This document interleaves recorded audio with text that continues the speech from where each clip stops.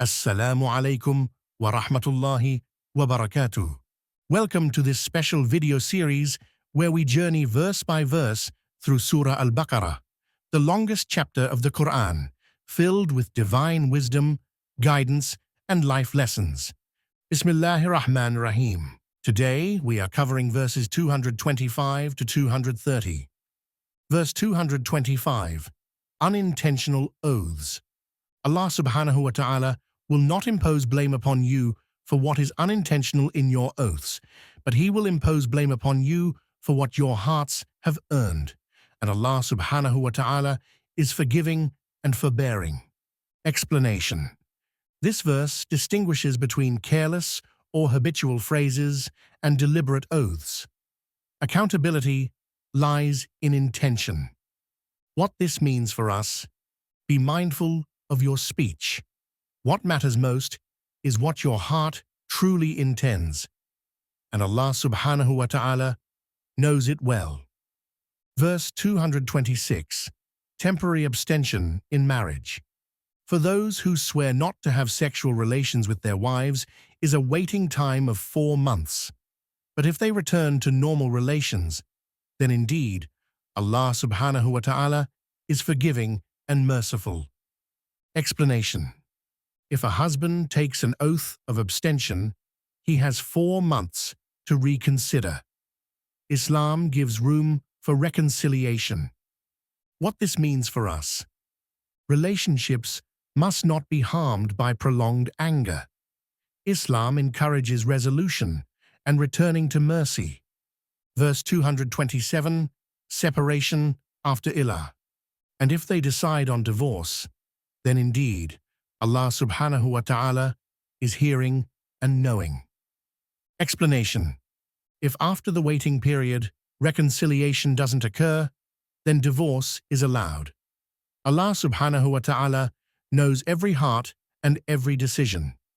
What this means for us: if peace isn't possible, Islam offers respectful separation and reminds us that Allah subhanahu wa ta'ala hears and knows everything.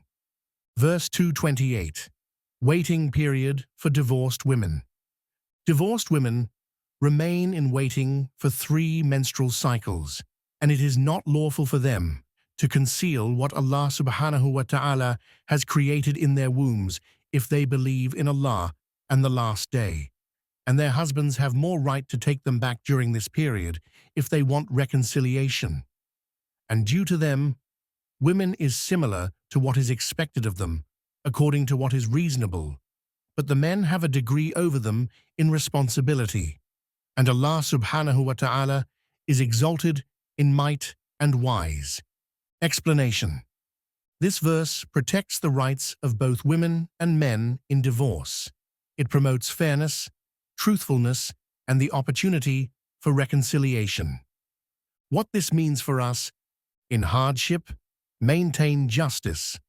Islam respects both rights and responsibilities in family life. Verse 229. Proper procedure of divorce. Divorce is twice. Then either keep her in an acceptable manner or release her with good treatment. And it is not lawful for you to take anything of what you have given them unless both fear that they will not be able to keep within the limits of Allah subhanahu wa ta'ala. But if you fear that they will not keep within the limits of Allah subhanahu wa ta'ala, then there is no blame upon either of them concerning that by which she ransoms herself. These are the limits of Allah subhanahu wa ta'ala, so do not transgress them. And whoever transgresses the limits of Allah subhanahu wa ta'ala, it is those who are the wrongdoers. Explanation. Divorce in Islam is regulated and limited to prevent abuse. Khul, which means separation initiated by the wife, is allowed if both cannot uphold Allah's boundaries. What this means for us: respect Allah subhanahu wa ta'ala's rules in marriage and divorce. Don't misuse your rights or deny justice. Verse 230. After the 3rd divorce. And if he has divorced her for the 3rd time, then she is not lawful to him afterward until she marries a husband other than him, and if the latter husband divorces her, there is no blame upon them, meaning the woman and her first husband, for returning to each other if they think that they can keep within the limits of Allah subhanahu wa ta'ala. These are the limits of Allah subhanahu wa ta'ala, which He makes clear to a people who know. Explanation: triple divorce ends the marriage permanently. Reconciliation is only possible if a legitimate second marriage ends naturally. This prevents manipulation. What this means for us: take marriage seriously. Don't use divorce as a threat or game. Allah subhanahu wa ta'ala has set clear limits. So, if you're truly serious about your faith, make a sincere commitment. Follow this series from beginning to end.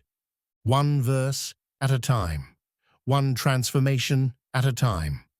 Let's walk this journey together and bring the Quran into our hearts and lives. If you found this video beneficial, don't keep it to yourself. Share it with others and let the reward multiply. Like, comment, and subscribe so you never miss a verse, a reminder, a chance to grow. وآخر دعوانا أن الحمد لله رب العالمين.